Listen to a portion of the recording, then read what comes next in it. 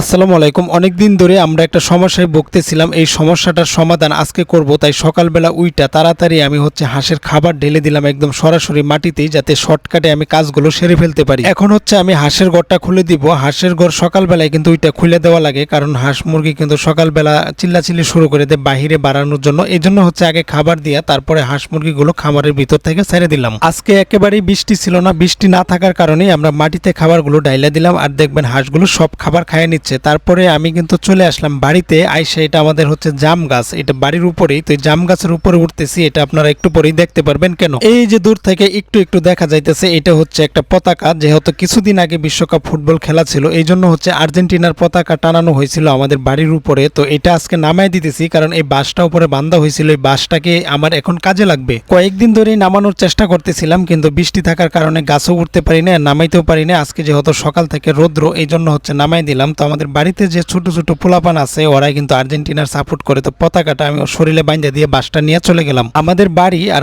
হাঁসের খামার দুইটা একই সাথে। আমার ঘরের পিছনেই আমাদের হাঁসের খামার। তো আমি চঙ্গটা নিয়ে নিলাম, এই চঙ্গ দিয়ে এখানে বাজাবো। তো দেখেন এই যে টিনের অবস্থাগুলো কি হয়েছে। কিছুদিন আগে প্রচন্ড বৃষ্টি ছিল। বৃষ্টির মাঝে আমি যখন খামারের ভিতরে গেলাম, যাইয়া দেখি যে খামারের ভিতরে বৃষ্টির সব পানি পড়তেছে, মানে হাঁসের ঘরের ভিতরে। যাইয়া দেখি যে হাঁসে ওই পানির মধ্যে সাঁতার কাটতেছে, এত পরিমাণে পানি ভিতরে পড়ছিল। তখন এই বৃষ্টির মাঝে আইসা এই চালের উপরে উঠতেছিলাম এরকম ভাবেই। তখন ওই চালের একদম লাস্ট মাথার থেকে আমার পাও পিছলাই গেছিল, কারণ বৃষ্টিতে একদম পাও ভিজে গেছিল। যে এই জায়গাটা থেকে আমি পিছলাই একবারে নিচে পড়ে গেছিলাম। নিচে পড়ে যাওয়ার পরে একদম চঙ্গর উপরে যায় আমার পায়ের তালা পড়ছে, মানে চঙ্গর পাটির মাইতে যদি চিপা চাপাদা পড়তো তাইলে কিন্তু আমার ঠ্যাং ভাঙ্গা যেত বা হাত পাও ভাঙ্গার সম্ভাবনা থাকতো। এই জন্য ও তেমন দুঃখ পাই নাই, পায়ের তালা খালি দুঃখ পাইছি। আজকে থেকে আরো 15 দিন আগে এই ঘটনা ঘটছিল। আমি জানতাম যে আমাদের এই চালের উপরে যদি পাতা জমা থাকে, তখন এই পানিগুলো পাতার জন্য বাহিরে যায় পড়তে পারে না। এই পাতাতে জমা ওই টুয়ের চিপা দিয়ে টিনের ফাঁক দিয়া ভিতরেই পানি পড়ে।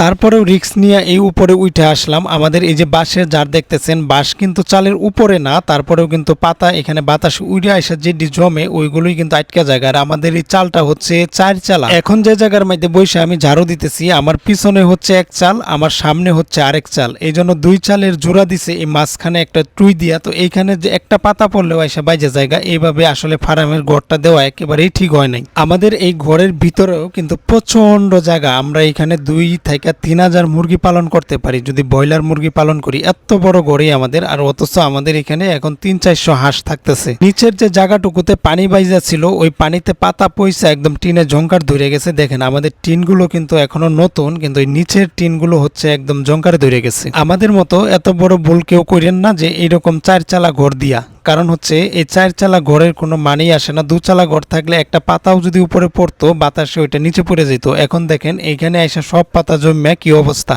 এই কিছুদিন পর পরই এইরকম উইঠাও পরে কিন্তু এই পাতাগুলো ফালাই দিতে হয়। আর না ফালাই দিলে দেখা গেছে এইগুলো এখানে পয়সা জমা টিনের জং ধরবে। তাছাড়া কিন্তু বৃষ্টি যদি বাড়ি পড়ে যায়, এই পাতার জন্য পানি যেতে পারবে না। টিনের ফাঁক দিয়ে আগে ঘরের ভিতরে পানি পড়বে। এখন যে কাজগুলো আমি করতেছি, এই কাজগুলো একেবারে আজাইরা কাম। এইরকম যদি ঘর দেওয়া না হইতো, তাহলে এই আজাইরা কামগুলো আমার করা লাগতো না। তো আমি অল্প কিছুক্ষণের ভিতরে এটা ঝাইটা নিচে নাইমা যামুগা। চালটা কিন্তু পরিষ্কার হয়ে গেছে। আর এই জায়গায় বৈশা কাজ করাও কিন্তু রিক্স। আপনারা হয়তো শব্দ শুনতে পাচ্ছেন না। আমি যে জায়গায় পাড়া দিই ওই জায়গাতেই মট শব্দ করে, কারণ টিন তো, টিনের ভিতরে এরকম শব্দ করবেই। তারপরে একদম পুরাপুরি আমি কিন্তু এটা ঝাড়ু দিয়ে একদম শেষ করে ফেলছি। দেখেন এটার উপরে কিন্তু চাইলে ফুটবলও খেলা যাবে, এত বড়। এখন আস্তে ধীরে নামতে পারলেই হয়, কারণ ওঠাটা একদম সহজ, নামাটা কিন্তু খুবই কঠিন। কারণ নামতে গেলে দেখা গেছে হাত পা যদি পিছলায় যাকে ডাইরেক্ট নিচে। আমাদের এই ঘরটা অন্য চিন্তা ভাবনায় করা ছিল। আমরা যে হাঁস পালন করব এই ঘরের ভিতরে, এরকম চিন্তা ভাবনা ছিল না আমাদের। এখানে টাইগার মুরগি ছিল, ব্রয়লার মুরগি ছিল,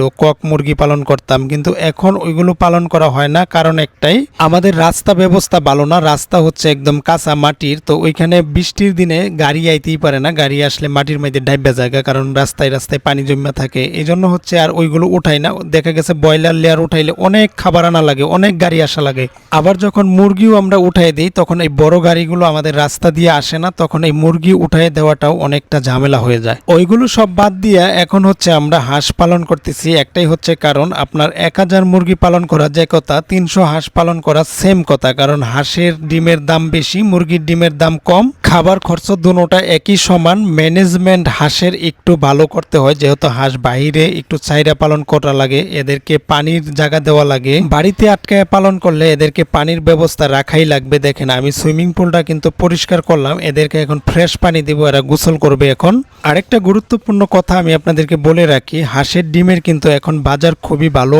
বড় ডিম হচ্ছে 60 টাকা হালি, আর যে মাঝারু ছোট বড় মিলে যেগুলো এগুলো 5-50 টাকা হালি। লেয়ার মুরগির পাইকারি বাজার দরটা কত সেটা আমার জানা নাই, কারণ আমি কিন্তু হাঁসের যে ডিমের বাজারটা বললাম এটা পাইকারি আমরা যে দামে বিক্রি করি সেটাই বললাম। এখন লেয়ার মুরগির পাইকারি কত দাম ওইটা কিন্তু আমার জানা নাই, জানা থাকলে অবশ্যই কমেন্ট করবেন, কারণ আমরা এটা বুঝতে পারবো যে হাঁসে লাভ বেশি না লেয়ার মুরগিতে লাভ বেশি, কারণ খাবার খরচ কিন্তু একই সমান হবে। আর হাঁসের ডিমের দামটা আমার মনে হয় লেয়ারের থেকে একটু বেশি থাকবে। আর খুচরা বাজারেও চাহিদা ভালো, পাইকারি বাজারেও মোটামুটি চাহিদা ভালো। তো আমি সুইমিং পুলে কিন্তু এখন পানি দিব, প্রতিদিন সকালবেলা এইভাবে পানি দিতে হয় হাঁস গোসল করার জন্য, বা এখান থেকে ওরা পানিও খায়। যে হাঁসটা সুইমিং পুলের কাছাকাছি আসবে সর্বপ্রথমে দেখবেন যে ও ঠোঁট দিয়া পানি খাইতেছে, পানি খাওয়ার পরে নিচে নামবে গোসল করার জন্য, কারণ এইখানে ফ্রেশ পানি আমরা সকালে একবার দিলে সারাদিন হাঁসগুলো এখান থেকেই পানি খাইতে পারে। অনেকেই ভাবতে পারেন যে এইখানে দেখি সুইমিং পুল অনেকটা ছোট আর হাঁস অনেক বেশি, তো এই সুইমিং পুলে সবকটা হাঁস কি গোসল করতে পারে? এই ধরনের কমেন্ট আমরা অনেক দেখছি। আর সবকটা হাঁস কিন্তু একেবারেই গোসল করতে আসে না, কয়েকটা গোসল করে উপরে উঠে যায়, কয়েকটা আইসা নামে, এরকমই করতে থাকে। এখানে যদি আমরা আরো 1000 হাঁসও আনি আমার মনে হয় যে এইটুকু সুইমিং পুল দিয়ে হয়ে যাবে। ঝুড়ির ভিতরে কতটুকু খড় নিয়ে নিলাম, আমাদের একটা চীনা হাঁস কুচে বসছে, তো এটার ভিতরে ডিম দিয়ে হাঁসটাকে এইখানে বসাবো, কারণ হচ্ছে মাটিতে থাকলে দেখা গেছে ডিমগুলো অনেক সময় নষ্ট হইতে পারে। চীনা হাঁস এরকম যদি বাহিরে ডিম পারে বা কোনো জায়গায় ডিম পারে, যতক্ষণ পর্যন্ত চীনা হাঁসগুলো কুচে না বসে ততক্ষণ পর্যন্ত কিন্তু ডিম নিয়ে কোনো জায়গায় বসিয়ে দিলে তখন চীনা হাঁস কিন্তু বসতে চায় না। এইটা আমাদের খামারের ভিতরে যে কয়টা হাঁস আছে আমরা এরকমই দেখছি। এই জন্য হচ্ছে যখন হাঁস ডিমে একদম বৈশা জায়গা কুচে বৈশা যা 2-1 দিন হয়ে গেছে, তখন হচ্ছে আমরা একটা ঝুড়ি বা কোনো কিছুর উপরে ক্যারেট বা এরকম একটা কিছুর উপরে দিয়ে ডিমগুলো বসাই দিই। এই জায়গাটা একটু এলোমেলো, এই জায়গাটাকে একটু ঘুষাইয়া তারপরে ডিমগুলো একটু সামনে আগায় রাখবো, কারণ হচ্ছে এই জায়গার ভিতরে আমরা অনেক কিছু রাইখা দিই। এখানে হাঁস মুরগি থাকার জন্য না, এখানে দেখা গেছে খাবারের পট বা পানির পট এগুলো রাখি। চীনা হাঁসের সাথে একটা দেশি মুরগিও কিন্তু ডিম পায়রা রাখছিল, তো এই দেশি মুরগির ডিমগুলো আমি ঝুড়ির মধ্যে দিয়ে ওইখানে রেখে দিব। তো দেশি মুরগিটা এখন পর্যন্ত কিন্তু কুচে আসে নাই এই মুরগির ডিমগুলো, এই জন্য এইভাবেই রেখে দিলাম। এখন হচ্ছে দেখার পালা যে আমাদের হাঁসটা সরাসরি আইসে ডিমের উপরে বসে কিনা। ওই কিন্তু আসতেছে, এই প্রথম আমরা এটার উপরে ডিম দিয়ে বসালাম, কিন্তু ও দূর থেকে দেখছিল, তো দেখার পরে দেখি সরাসরি চলে আইসা ডিমের উপরে বসে গেছে। আলহামদুলিল্লাহ, এই হাঁসটা সম্ভবত আর কোনো সমস্যা হবে না, ও ডিমের উপরে এখন সুন্দরভাবে তাপ দিতে পারবে। আর আমাদের খামারে আরো কয়েকটা হাঁস মুরগি কুচে বসে রয়েছে, এগুলো আমি আপনাদেরকে এখন দেখাবো। এই চীনা হাঁসটাই আমি কিছুক্ষণ আগে বসাইছি, তো এইটা আপনারা দেখলেন একটা হাঁস। তারপরে আরেকটা আমি আপনাদেরকে দেখাইতেছি, এই যে এইখানে দেখেন আরেকটা হাঁস কিন্তু ও কুচে বসছে, ও কিছুদিনের ভিতরে ডিম নিয়ে বাড়ায় যাবে। তারপরে এই বুডিং ঘরের ভিতরে আরো আছে, আপনাদেরকে যদি আরেকটু কাছেতে দেখাই তাহলে বুঝতে পারবেন। এখানে 2টা হাঁস 2টা মুরগি এখানে কুচে বসছে। তো আজকে এই পর্যন্তই, সবাই ভালো থাকবেন, আল্লাহ হাফেজ।